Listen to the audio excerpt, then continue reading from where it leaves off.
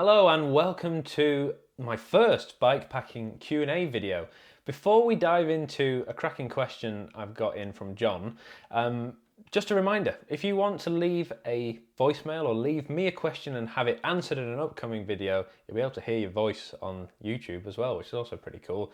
I will leave a link to how you can do that in the description. You just head over to my website, click contact, and then you can leave me a voicemail. Be sure to leave your name as well. If you want me to leave your email as well for a follow-up, you can.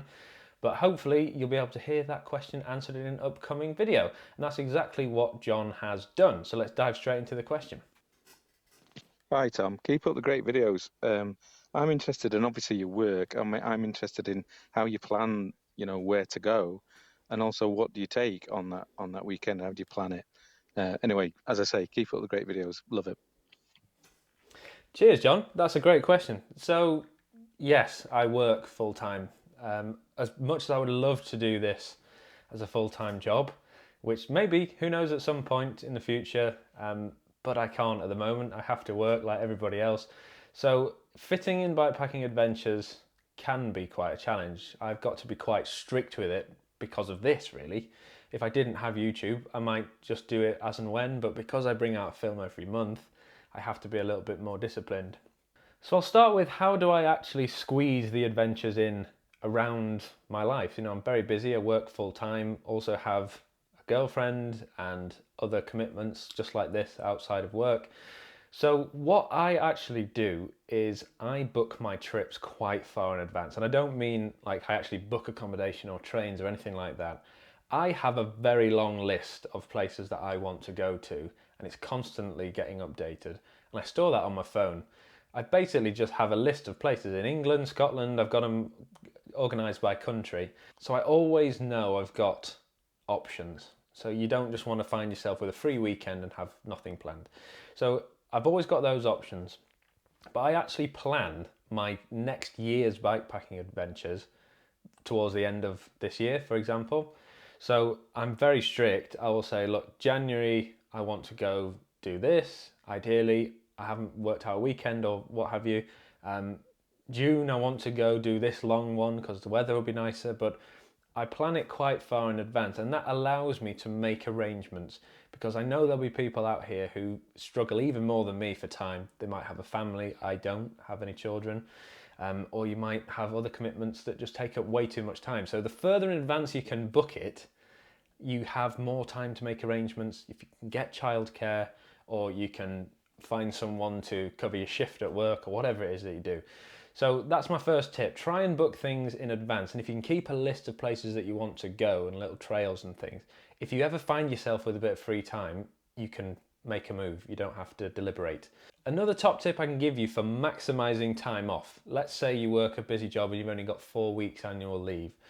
Some of you might have considerably more than that. I don't know. But if you've only got 4 weeks, you want to squeeze every little bit of holiday out there. And of course, you're going to have other commitments like family holidays, and you don't want to annoy everybody by not going on those. So the best advice I can give you is look for the following year's bank holidays in advance, because more than likely, depending on what job you're in, you're going to have those off. So if you can get a list of those, you can maybe strategically take some holiday days so that you use the bank holiday, and that allows you to get longer adventures into a normal year. What I think a lot of people do, and I'm guilty of this myself sometimes, is a bank holiday comes around and you basically have no plans other than catching up on general life admin. And as much as that's important, you end up wasting 3 or maybe even 4 days that you could have been doing something epic, and there's only so many years you're going to be left on this planet. So that would be my advice. Get the list of bank holidays and try and plan things around that, and then you've still got holiday to use for other commitments and family holidays, which is just as important. You also asked about packing stuff. How do I decide what to take?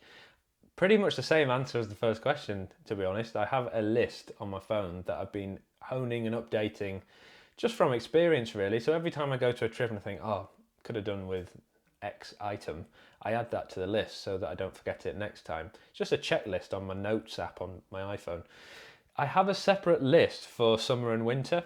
So if I'm in spring or autumn, I might pick a couple from each, but basically it's to keep things very, very simple. When it's winter, you definitely want to make sure you're organised and you've got plenty of warm stuff, so that's a separate list.